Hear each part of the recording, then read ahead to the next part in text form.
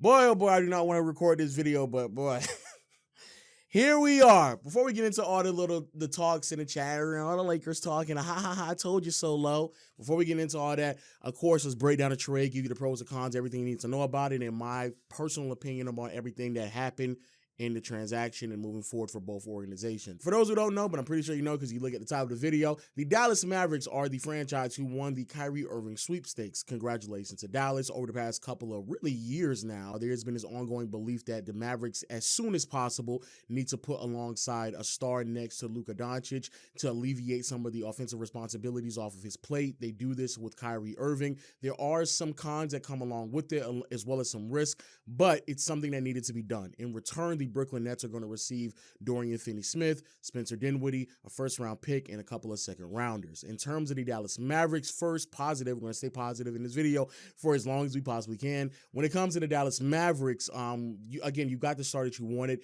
You take out some responsibility from Luka, adding Kyrie, more dynamic offense, less predictable offense as well, which I think was a major problem with the Dallas Mavericks over the past couple of years, especially in the postseason. They were just riding Luka way too much in deep postseason runs, deep in the fourth quarter. You can clearly see in some of those situations he was just not physically prepared for it. Quite frankly, not that many players in NBA history are prepared to carry a franchise to that extent, especially early on in your career. So I do believe adding Kyrie to this offense adds a level of depth and dynamic that does make them much more difficult to defend in the playoffs. But man, the defense that they lost, shout out to Dorian Finney-Smith. Moving forward, I'm going to just call him DFS because I'm not going to keep saying that name. DFS, great defensive player. Really, really good defensive player on the wing, very versatile, help defender, especially in the paint, in the passing lanes. He was the guy that went out there and did a lot of the dirty work defensively for this team. Losing him it's just a major knock for a team that was already struggling on the defensive side of the floor. I don't know what this team does defensively, and that's why I believed that when the trade talks came about going after Kyrie, I wasn't sold on it. The other thing that I'm really concerned with is how well will Luka and Kyrie gel with one another. Kyrie is a ball-dominant player. He's definitely proven throughout his career that he can move off ball, but both of these players demand the ball in their hands. They're both ball-dominant. They're both heavy dribblers. I'm not really liking the identity of a backcourt as much as I think a lot of people are. Again, the offense will be there. It will be dynamic, but will the production be high enough to usurp whatever you think you may be missing defensively, which I think will be a lot from a team that already struggles on that side of the floor? Will it be enough production from Kyrie and Luka? Now, moving out to the Eastern Conference with the Brooklyn Nets, and honestly, and this is not me as the Laker fan here, this is me being very genuine, I have no idea why they make this trade. I think this is a really bad trade for a team that will inevitably have to blow it up and move Kevin Durant. And fair enough, they may be delusional now. I think a lot of people believe that they're delusional. But picking up Dinwiddie and Dorian Finney-Smith, two really good complementary pieces for a championship caliber team, not a team that is basically just has one star and a bunch of complementary pieces in an Eastern Conference that is extremely stacked. So even though I do like the complementary pieces, I do believe DFS makes this defense even better than what they once were before. They're much more versatile. They're way more productive on that side of the court, which is something that's been a problem the entire time. All of it goes out the window. All of it is basically pointless when you don't have the stars alongside them. Boy, Brooklyn is an organization that now has failed to build two super teams basically within a decade's time, and they gave up the amount of draft capital they've been giving up to just fail with super teams, and they failed in a finite amount of time. That KG, Paul Pierce, Darren Williams, Joe Johnson, that team they had, that team within a year and a half's time was already deemed to be a failure. It is crazy that we are basically just 2 years removed from the Brooklyn Nets receiving James Harden, and just 2 years later, James Harden wanted out and he got out. Kyrie wanted out and he got out, and Kevin Durant has already voiced his opinion on wanting out, and he, I believe, is the next one to be out.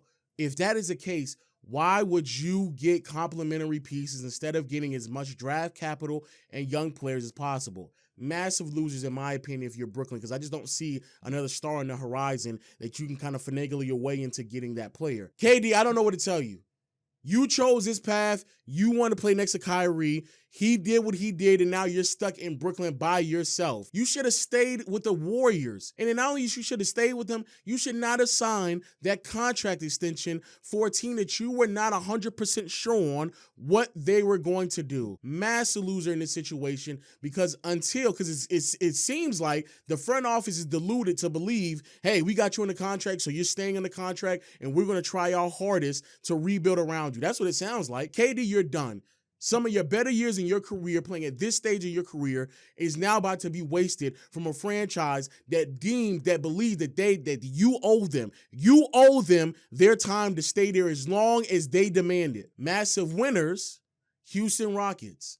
The Houston Rockets, they got the picks from the Harden trade, and they're looking pretty now. Also, bro, that Ben Simmons trade, bro, as time continues to progress, that Ben Simmons trade might be one of the worst trades I've seen in the last 20 years. I mean, my goodness. Because after you done got Ben Simmons, every young player who's on a rookie max extension, you cannot receive them because of a rule that's set in place that's preventing you from receiving two of them via trade. You already received your one in Ben Simmons, so it's done. Furthermore, Simmons is making an egregious amount of money on the books, so he's already tying up what that team can do. And on top of that, he's playing much worse. That trade is terrible. I just don't understand the trade through and through. I just don't get it.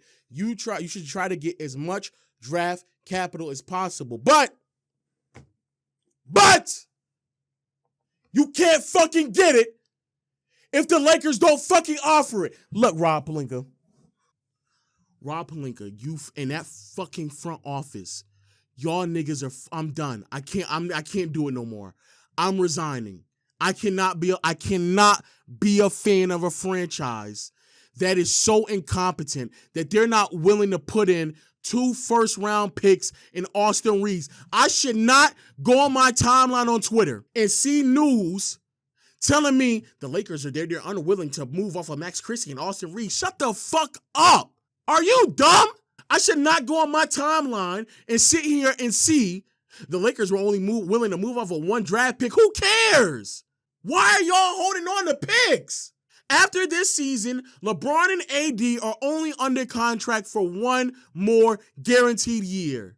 LeBron has already stated he wants to play with his son. This was a layup of the passing of the torch from one era to the next. Hey, LeBron and AD, this era has been really good, been great. LeBron, hey, I'm about to go play with my son. I'm going to try to give y'all another really good 2 more seasons. After that, I'm gone. After he leaves, you now go into the foreseeable future with 2 top 15 players in Kyrie and Anthony Davis when they're both healthy and playing. Why would you not trade 2 first-rounders for that? Why are you holding on to Austin Reeves for that? Why would you not move off of Max Christie for that? What are y'all doing? I'm done. I can't do it no more, bro. I can't.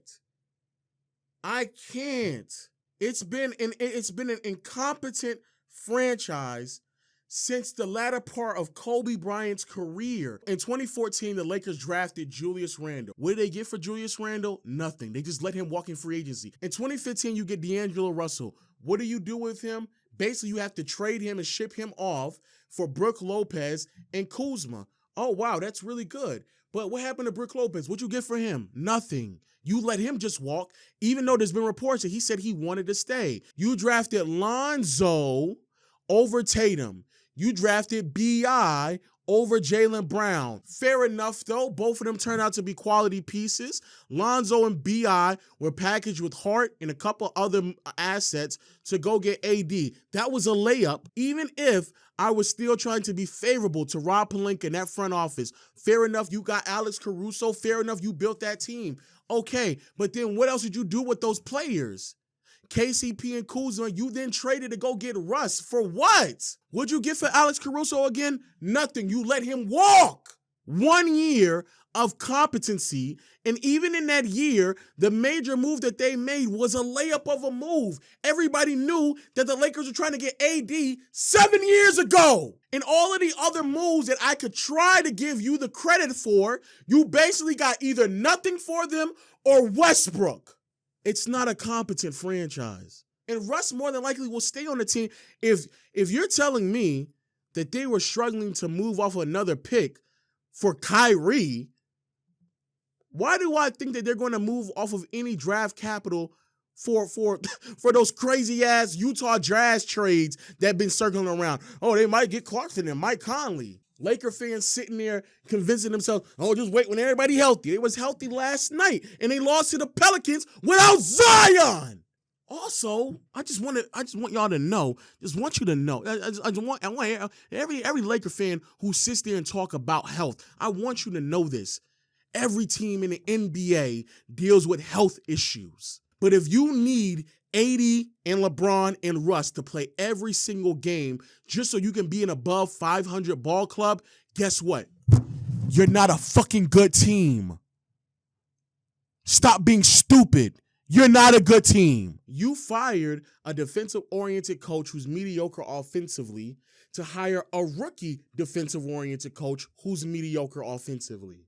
But that front office has allowed y'all to use Frank Vogel as a scapegoat just for them to turn around and hire Black Frank Vogel. They just hired the same nigga. And then what's crazy is that like everybody else gets caught up in it. I had niggas on my timeline asking me, "Hey, Lo, you gonna do a Rui Hachimura video? Why? Solid pickup, great job, but why? It's Rui. You don't want to make it a video to circle jerk off Rob Pelinka. Oh man, good job, Rob. You got Rui. What the fuck? No, I'm a Bucks fan, bro. I can't. I genuinely can't. And the only way that I will ever become a Laker fan again is when Rob Pelinka gets fired. I cannot root for a team that employs Rob Pelinka. He has to be fired. He has been the problem the entire time. Finally, the next big winner, shout out to the Denver Nuggets, bro. I think Denver has now further solidified themselves as the best team in the Western Conference. They're one trade away from really putting themselves in title contention and competing with some of those teams in the Eastern Conference. Bones says he wants out, so I do believe that move will be made fairly soon. Make sure you hit the subscribe button, notification bell, because I will be uploading my trade video probably tomorrow because everything is kind of moving pretty fast. I don't want to miss out on anything. I will be uploading my trade video. But yeah, shout out to Denver.